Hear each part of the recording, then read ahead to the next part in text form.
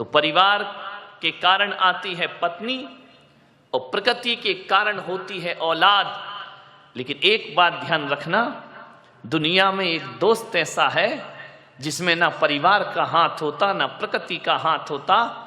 दोस्त वो होता है जिसे हम खुद बनाते हैं, हम खुद दोस्ती करते हैं, हम खुद दोस्त अर्जित करते हैं। और एक बात याद रखना, दोस्त बनाए नहीं जाते, दोस्त अर्जित किए जाते हैं, दोस्त प्राप्त किए जाते हैं। ध्यान रखना, दोस्त बनाना, किसे नहीं बनाना, ये हमारे हाथ का काम हुआ करता है। ध्यान रखें।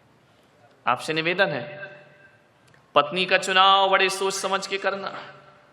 एक आध गड़बड़ आ गई ना तो अत श्री महाभारत प्रस्तुत करता गोदरेज, रोज ही झगड़े होंगे। ध्यान रखिए।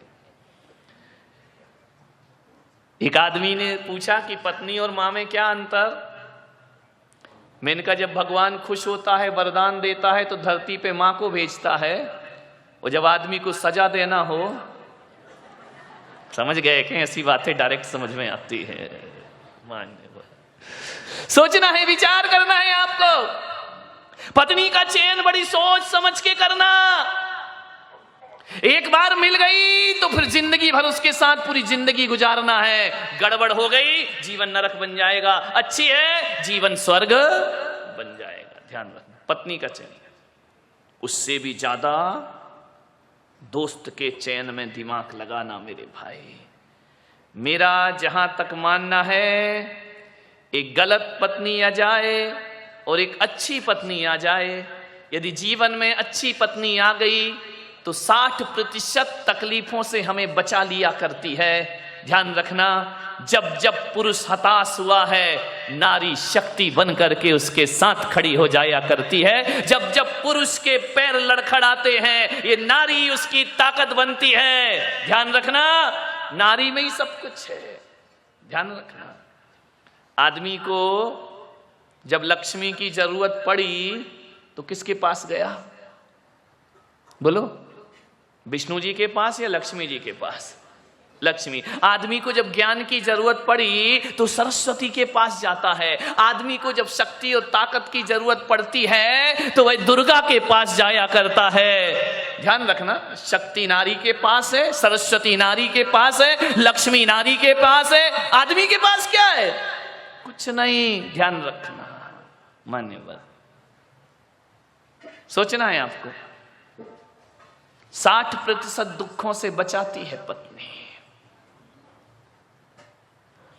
जब जब आदमी का मन विचलित होता है, जब जब आदमी अपने पथ से दिग्भ्रमित होता है, जब जब आदमी के कदम लड़खड़ाते हैं, नारी उसकी सहायता करती है। राजा दशरथ जब युद्ध में जाते हैं और युद्ध करते करते जब उनके रथ के पहिए की धुरी टूट जाती है तो ध्यान रखना, आदमियों ने कुछ नहीं किया, उनकी ही पत्नी महारानी कैकेयी ने अरे दशरथ को युद्ध के क्षेत्र से बाहर लेकर आती है और पहिए की धुरी में अपनी उंगली डाल करके रथ को रणभूमि से बाहर सुरक्षित।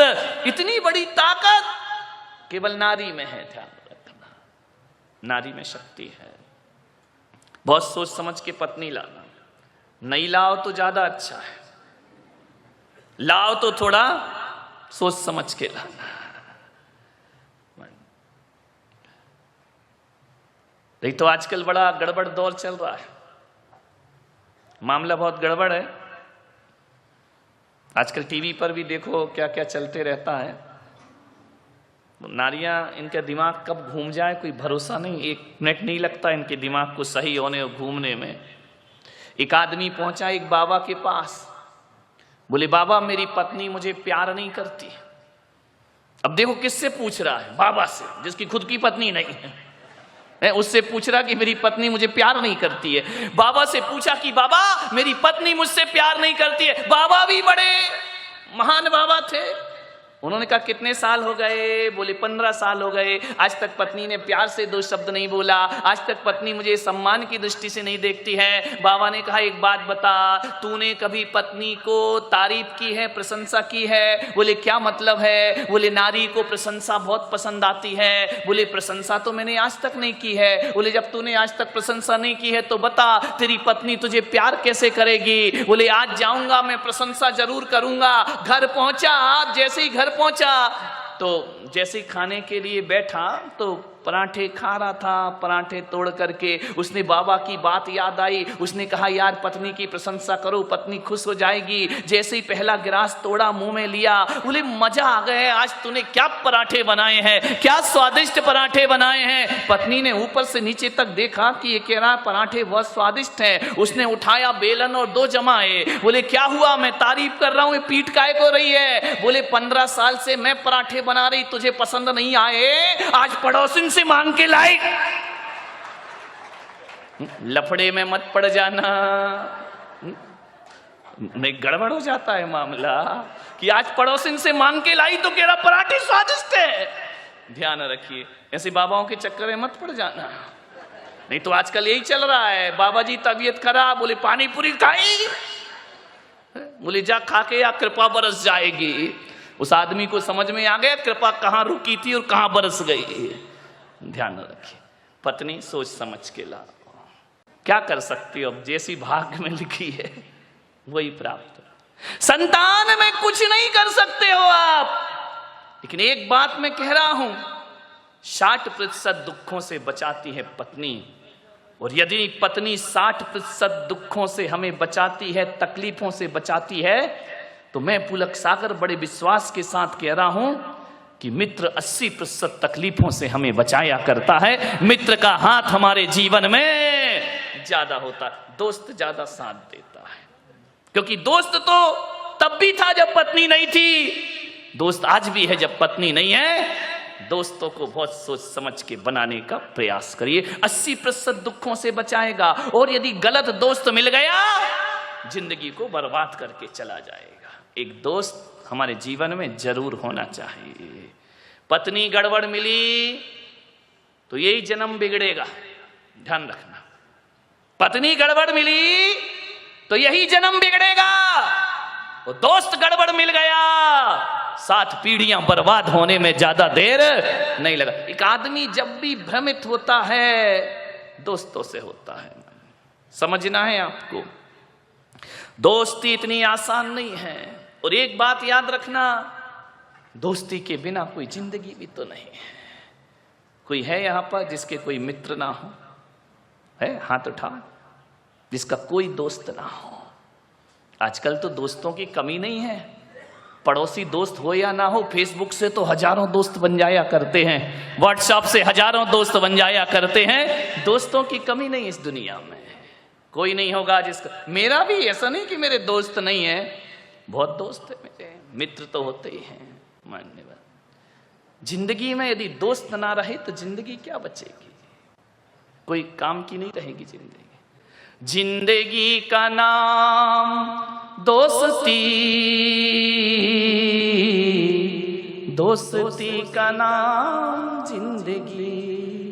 दुनिया में यारो कुछ भी नहीं होता रे, दुनिया में यारो कुछ भी नहीं रहता, रह जाती है दोस्ती। जिंदगी का नाम दोस्ती, दोस्ती का नाम जिंदगी। दौलत कमाई कुछ न कमाया, शोहरत कमाई कुछ न कमाया। दुनिया में उसने सब कुछ कमाया, जिसने कमाई दोस्ती। जिंदगी का नाम दोस्ती, दोस्ती का नाम जिंदगी। जिंदगी है तो दोस्ती है, दोस्ती है तो जिंदगी है। सब मिले और दोस्त ना मिले तो जीना दुश्वार हो जाता है। एक बात याद रखना, मुसीबत में धन दौलत और रिश्तेदार काम आए या ना आए, एक सच्चा दोस्त हमारे बहुत काम आया करता है। राम ने यदि 14 वर्ष का वनवास बिताया तो रिश्ते नातों के दम पे नहीं बिताया मेरे भाई। हनुमान जैसा मित्र मिलता है तो 14 वर्ष पता नहीं चलते। हनुमान जैसे, विभीषण जैसे मित्र ना होते, सुग्रीव जैसे मित्र ना होते तो 14 वर्ष बिताना राम के लिए बड़ा मुश्किल। आज बाप बेटे के रिश्ते अच्छे नहीं हैं, आज पति पत्नी के रिश्ते अच्छे नहीं हैं, आज भाई भाई के रिश्ते अच्छे नहीं हैं, आज भाई बहन के रिश्ते अच्छे नहीं हैं, देवर भाभी के रिश्ते अच्छे नहीं हैं, देवरानी और जिठानी के रिश्ते अच्छे नहीं हैं मेरे भाई। ध्यान रखना। क्यों होते हैं रिश्ते खराब? क्योंकि इनमें केवल रिश्ता है, इन रिश्तों में दोस्ती नहीं है। ध्यान रखना।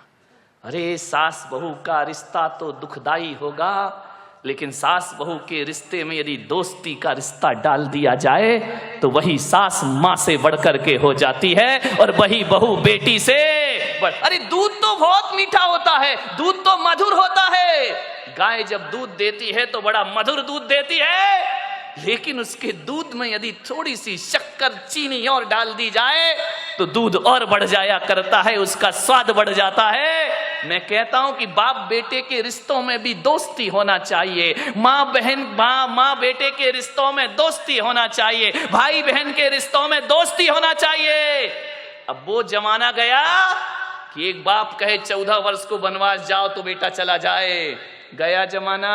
धोखे से भी मत बोल देना, मजाक में भी मत बोल देना, नहीं तो बाप बेटा कहेगा जाओ वृद्धाश्रम, अब इस घर में तुम्हारी कोई जरूरत नहीं। अब वो जमाना गया कि बहू सास की आवाज हो, बहू का इतना बड़ा घूंघट निकल आए, पानी उठाने में हाथ कांपने लगे। गया जमाना। ध्यान रखना। छोड़ाओ वो गलियां। अब जमाना बदल गया है। ध्यान रखिए।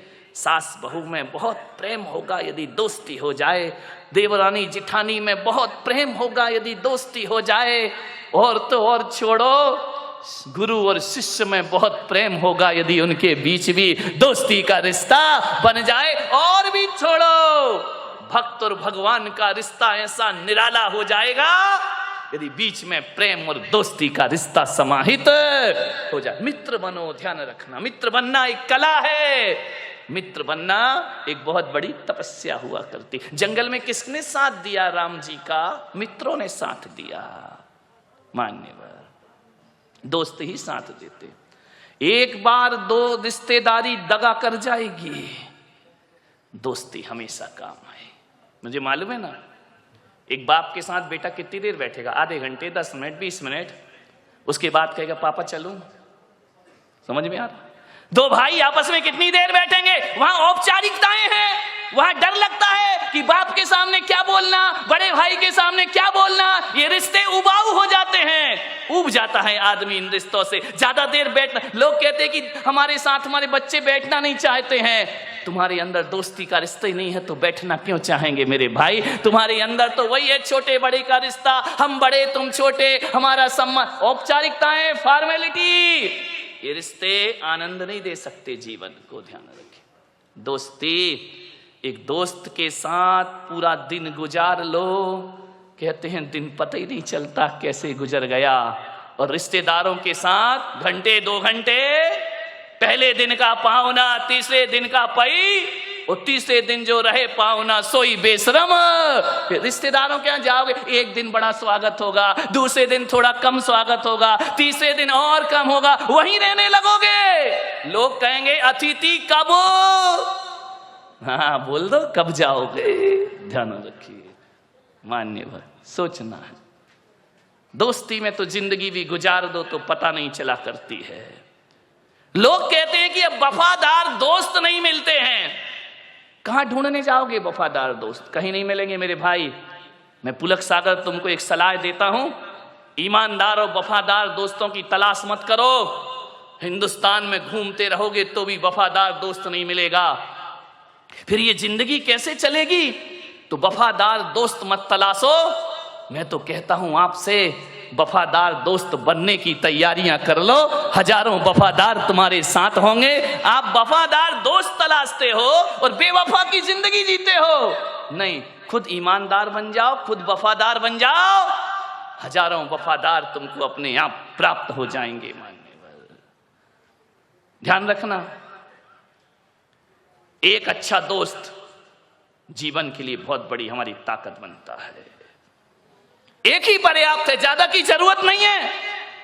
एक ही दोस्त हो, लेकिन अच्छा हो।